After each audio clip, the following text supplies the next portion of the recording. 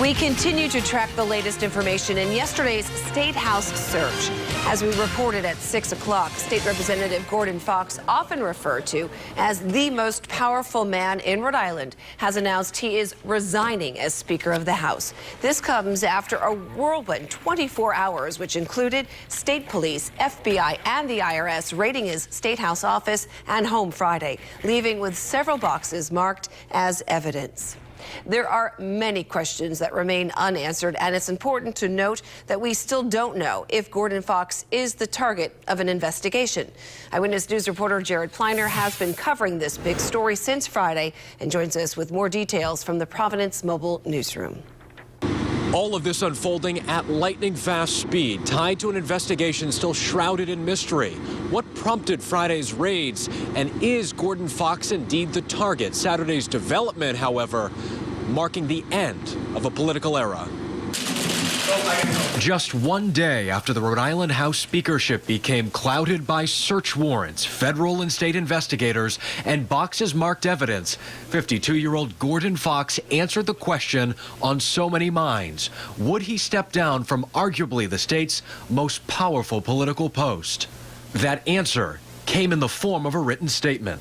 It reads, "Because of the respect I have for all members of the House of Representatives, I am resigning as Speaker. The process of governing must continue, and the transition of leadership must be conducted in an orderly manner.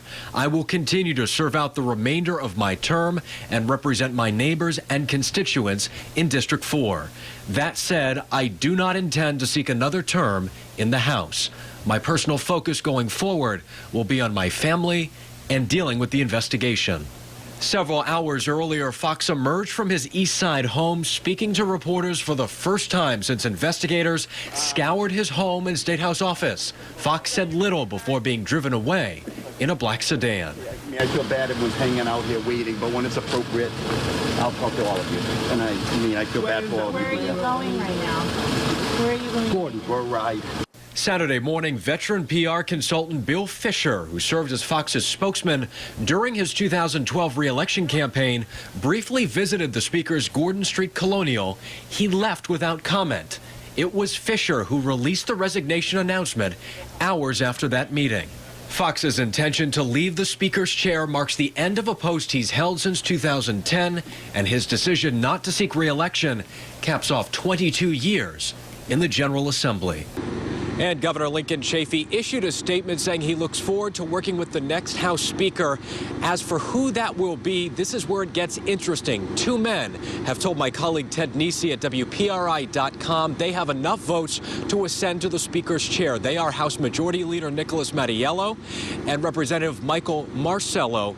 Of course, we will not know for sure until the House reconvenes early next week and presumably votes. Outside Gordon Fox's house with the Providence Mobile Newsroom, I'm Jared Pliner, Eyewitness News. And stay with Eyewitness News on air and online for continuing coverage as we continue to follow this big story every step of the way for you as it develops. Now, you can find extended coverage online right now at WPRI.com, including a photo gallery of the raids at Speaker Fox's State House office and his house, and in-depth information from WPRI.com reporters Ted Nesi and Dan McGowan.